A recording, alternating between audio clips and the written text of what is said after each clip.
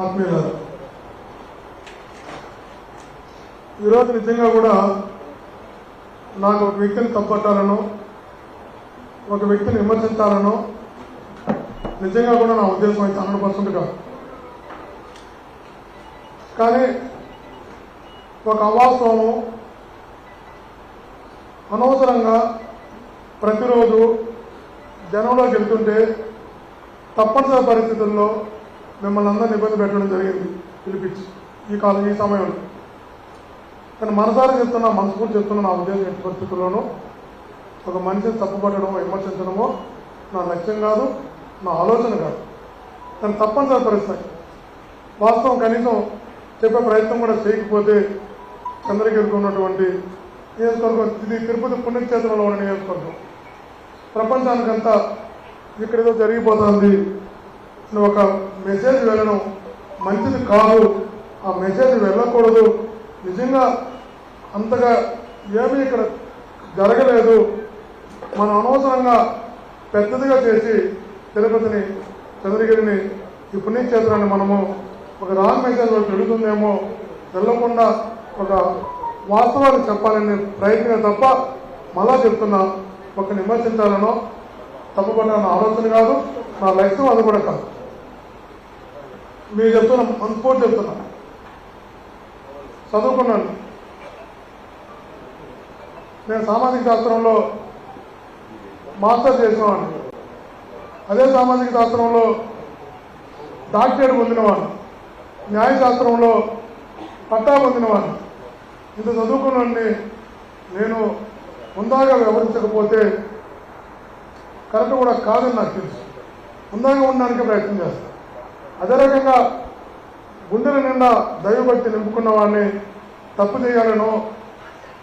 తప్పుడు మార్గం ఎన్నుకోవాలనో నిజంగా నేను అనుకోను. నాకు కర్మ సిద్ధాంతం నమ్ముతా, పాపభీతి నమ్ముతా. ఒక మనిషిని నేను అనవసరంగా నిష్కారణంగా ఒక విమర్శ చేసినా కూడా అది భగవంతుడు శిక్షిస్తాడని నమ్మేవాడిని. ఒక మనిషిపై దాడుగా కాదు, ఇబ్బంది పెట్టడమే కాదు, అనవసరంగా ఒక మనిషిని కామెంట్ చేసినా కూడా భగవంతుడు శిక్షిస్తాడు, భగవంతుడు గమనిస్తుంటాడని బలంగా నమ్మేటటువంటి కర్మ సిద్ధాంతం నమ్మేది. నిజంగా కూడా చెప్తున్నా, మీకు దానికి ఎగ్జాంపుల్ కూడా చెప్తా. ఈ 5 సంవత్సరాలలో నన్ను ఎన్ని మాటలు ఉంటారో మీరే సాక్షి, ఎన్ని ఆరోపణలు చేస్తుంటారు, ఎన్ని విమర్శలు చేస్తుంటారు, ఎంత నిజంగా కూడా అంత అవమానకరంగా నన్ను మాట్లాడినా కూడా ఏ ఒక్క రోజైనా ఒక్క మాట అయినా నేను విమర్శించుకుంటే తిరిగి మీరే సాక్షి. చెప్పండి, 12 రోజులు మాట్లాడాలి చెప్తాను. మీరు ఏ రోజు చిన్న విమర్శ కూడా ఎవరిని కూడా చేయలేదు. అదే రకంగా నేను నిజంగా ఉందాగా ఉన్నానని చెప్పి మీ ద్వారా గర్వంగా చెప్తున్నా. చివరికి 6 రోజుల పాటు లోకేష్ గారు పాదయాత్ర చేస్తే కూడా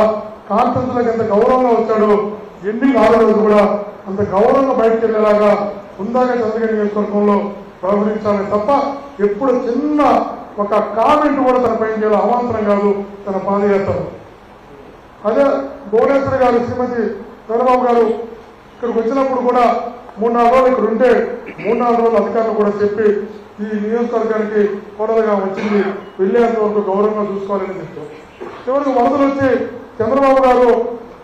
రాయలసీమకు వచ్చినప్పుడు గౌరవంగా లేదు నమస్కరించాలే తప్ప నేను కామెంట్ కూడా చేయలేదు. మీరే సాధ్యం, మీరు ఈరోజు చెప్పడం లేదు. నేను గౌరవంగానే ఉందాగానే వ్యవహరిస్తున్నాను. మీరు చెప్పండి, 5 సంవత్సరాల్లో భాస్కర్ రెడ్డి అనే వ్యక్తి పలానా ప్రెస్ మీట్ పెట్టి నాని గారిని కానీ శ్రీమతి నాని గారిని కానీ నేను ఎప్పుడు నాకు మాట్లాడితే చెప్పండి. నేను ఎప్పుడు అనను. నా పని ఏదో నేను చేసుకుంటూ పోతున్నా, నా లక్ష్యం ఏదో, నా బాధ్యతలు ఏదో, నా బాధ్యతల వైపు నేను పరిగెడుతున్నా. అదే రకంగా విమర్శ చేయడం కాదు. 5 సంవత్సరాల్లో శ్రీమతి నాని గారు కానీ వాళ్ళ నాని గారు కానీ వాళ్ళ కుటుంబ సభ్యులపైన ఎప్పుడైనా ఒక చిన్న కేసు 5 సంవత్సరాలు నమోదైంది చెప్పండి. ఎప్పుడైనా చెప్పండి, 5 సంవత్సరాల్లో ఒక చిన్న కేసు నమోదైంది చెప్పండి. నా ఉద్దేశం అది కూడా కాదు. చివరికి నాన్నగారు స్వయంగా నా సొంత భావార్థులు కొట్టారు పాకాలు. ఎవరైనా మీరు ఆలోచించండి, నా సొంత భావార్థిని మా భార్య కన్నను కొడితే, మా జనరల్గా భార్య కన్ను కొట్టినప్పుడు భార్య జనరల్ ఒప్పుకోదు. నా భార్యని కన్విన్స్ చేస్తున్న ఉద్యమబాబుని పాపగాలు మనం వద్దు వాళ్ళ పాపను పోతాడు వద్దని చెప్పి వదిలేడు. నాన్నగారు కొట్టలేదని చెప్పని నా భావార్థం కొట్టలేదు, పబ్లిక్లో కొట్టాడు. కొట్టా కూడా నేనేం చెప్పాను మా భార్య కూడా మా ఆవేశపడుతున్నా వద్దే బాబు నా మాటనే పోతే పోయిన కర్మ కొట్టాడు కారణం లేకుండా కొట్టాడు కేసు కూడా లేదు మనం ఒకరోజు స్టేషన్ కూడా పిలిపించాను కొట్టలేదు మేము చిన్న కామెంట్ కూడా చేస్తాను నా మామర్తను కొడితే కూడా అదే రకంగా మీకు చెప్తున్నా ఆర్టీఓ ఆఫీస్ మీద నా మీద నిష్కారణంగా కర్రలతో రాళ్లతో దాడి చేసినా కూడా నా కొడుకు నామినేషన్ రోజు ఇల్లు వస్తుంటే దాడి చేసినా కూడా నేను తిరిగి ప్రతిదాడి చేయడం కానీ ప్రెస్ మీట్ పెట్టి కామెంట్ చేయడం కానీ నేను ఒక్కసారి కూడా చేయను అవమానాన్ని భరించాను తప్ప చిన్న చేయను తనకు బ్రహ్మాండమైనటువంటి క్వారీలు ఉన్నాయి మేము మీ ద్వారా అడుగుతున్నా ఈ 5 సంవత్సరాల్లో పెద్ద పెద్ద క్వారీలు రన్ అవుతున్నాయి చిత్తూరులో రన్ అవుతున్నాయి ఒక గంట ఒక రోజు కాదు ఒక గంట ఎప్పుడైనా క్వారీ మూసారని చెప్పండి నిజంగానే ప్రతీకారం పోవాలనుకుంటే ఎలక్షన్ ముందు అతను చేసినట్టు అనేది రెక్కి నిర్వహించారు చాలా చేశారు అప్పుడు అయినా తన గవర్నమెంట్ వచ్చిన తర్వాత ఒక రోజు కాదు ఒక గంట తన క్వారీ మూసిందో చెప్పండి ఒక్కసారి తన క్వారీ పైన జనరల్గా విజిట్ చేస్తే అధికారులు ఆ రోజు నా దృష్టికి వాళ్ళ బంధువుల ద్వారా వస్తే నేను అధికారులు చెప్పినటువంటి మాట నేను ప్రమాణంగా చెప్తున్నా బై గాడ్ చెప్తున్నా నేను చెప్పినటువంటి మాట నాని గారి అనే వ్యక్తి నాకు రాజకీయ ప్రత్యర్థి తప్ప నా శత్రువు కాదు రాజకీయాలు వేరు వ్యాపారం వేరు వ్యాపారం దెబ్బ కొట్టడం అంటే కడుపు కొడితే పాపం ఆ పాపం నాకు వస్తుంటే అధికారి అన్నాడు ఆ రోజు ఒకసారి భగవంతో మాట్లాడంటే క్వశ్చనే లేదు నిజంగా చెప్తున్నా అతను భార్య ఒక గంట మూసినావు నేను అంగీకరిస్తున్న కడుపు కొడితే ఆ పాపం పైగా చెప్తున్నా ఆ పాపం నాకు వద్దనే చెప్పాను ఒక గంట భార్య మూసినా అతను కడుపుకి కొట్టినట్టు వస్తుంది నేను చేయకూడదు నేను ఎక్కడ కూడా 5 సంవత్సరాల్లో ఒక వ్యక్తిని చిన్న సమ మీద కొట్టినట్టు చూపించాను చూద్దాం ఒక మనిషిని కామెంట్ చేస్తుంటూ చూపించడం చూద్దాం వాళ్ళకి ఒక్కరిపైన వాళ్ళ కుటుంబ సభ్యులు ఒక్కరిపైన ఒక కేసుతో చూపించండి చూద్దాం ఎంతకైనా ఉందాగా నేను ఎలా ఉండాలి నాకు అర్థం కాకుండా ఉంది నాకు నేను ఎలా ఉందాగా నాకు ఉద్యమాలు తెలియదా నేను ఉద్యమాల నుంచి రాలేదా నేనేమన్నా అమెరికా నుంచి రాత్రి దిగాను నేనేమన్నా నేను కింద నుంచి వచ్చినాను ఈ కష్టాలు చూసిన వాడిని నా మీద 88 కేసులు పెట్టారు ఒకటే అడుగుతాను చాలా ఇల్లీగలు చాలా చేశారు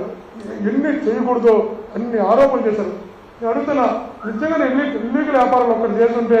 చంద్రబాబు గారు 5 సంవత్సరాలు ముఖ్యమంత్రిగా ఉన్నప్పుడు నేను అంత యాక్టివ్గా వైఎస్ఆర్సీపీలో ఉన్నప్పుడు చంద్రబాబు గారు ఇల్లీగల్ యాక్టివిటీ చేస్తుంటే నన్ను వదులుంటాడా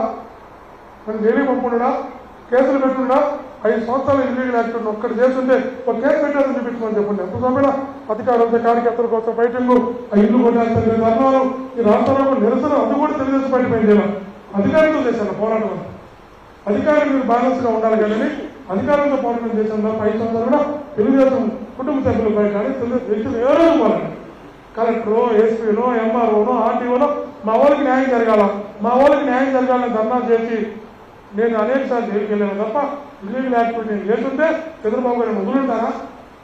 నన్ను కేసు పెట్టి నన్ను బతికించి ఉంటారా చెప్పండి ఇలా చేశారు సరే మేము ఇంజక్షన్ తోలేస్తాం తిట్టుకోండి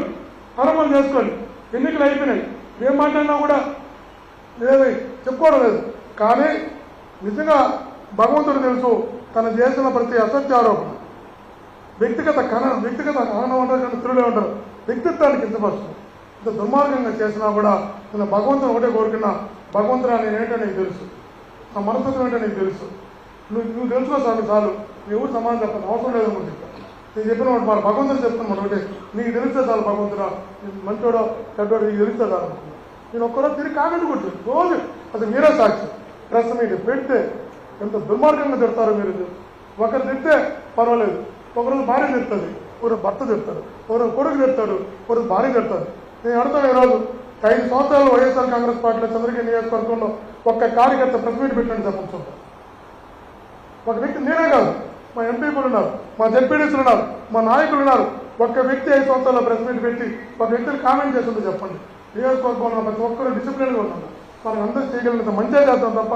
ఒక్కరిని మనం కించపరచకూడదు ఒక వ్యక్తిత్వాన్ని మనం తప్పుపట్టకూడదు మన పనులు చాలా ఉన్నాయి ప్రజలకు చేయాలని అనుకున్నాం తప్ప నేనే కాదు నియోజకవర్గంలో ఒక కార్యకర్త కూడా ప్రెస్ మీట్ పెట్టలేదు ఒక వ్యక్తిని క్రిటిసైజ్ చేయలేదు ఎందుకు బాధ్యతగా ఉన్నాం ఉండాలనుకున్నాం ధర్మం అనుకున్నాం కూడా ఈరోజు మళ్ళీ మీ ద్వారా చెప్తున్నాం మీకు